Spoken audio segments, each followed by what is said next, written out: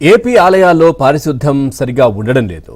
భక్తుల్లో సంతృప్తి స్థాయి పెరగడం లేదు. దర్శనాలు కూడా చాలా ఆలస్యం అవుతున్నాయని మొత్తుకుంటున్నారు.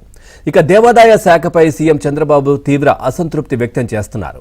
అయినా ఆ శాఖ అధికారుల్లో మార్పు లేదు. ముఖ్యంగా ఆలయాల కార్యనిర్వహణాధికారుల తీరు నానాటికి తీసికట్టుగా మారుతోంది.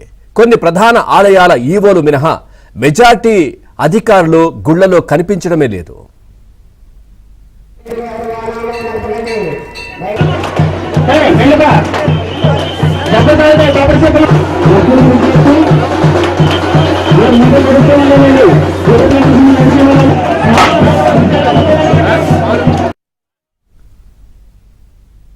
ఏపీలో దాదాపు 70% మంది ఈవోలు రోజు ఆలయాలకు వెళ్లడం లేదు.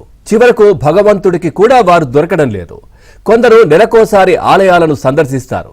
మరికొంతమంది వారానికో 3 రోజులకో మొక్కుబడిగా వెళ్లి దేవుడికి కనబడి వెళ్తుంటారు. ఇక deputy commissioner, assistant commissioner cadre ఆలయాల్లో చాలా మంది ఈవోలు ఆలయాల్లో విధుల కంటే రియల్ ఎస్టేట్ వ్యాపారాల్లో నిమగ్నమై ఉన్నారు. ఇక కోనసీమ జిల్లాలో ఈవోకు రియల్ ఎస్టేట్ కింగ్ గా పేరుంది.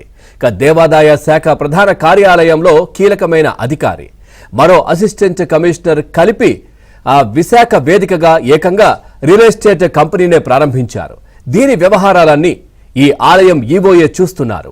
ఇక ఆలయంలో కంటే విశాఖలోనే ఎక్కువగా ఉంటారు. శాఖ కీలక అధికారి కూడా భాగస్వామి కావడం, ఉన్నతాధికారి అండదండలు ఉండడంతో ఈయన ఆడిందే ఆట. అలాగే కృష్ణా జిల్లాలో ఇంకో కీలక ఆలయం ఈవో లెక్కే వేరు. మంత్రులు గుడికి వచ్చినా ఆయన లెక్క చేయరు.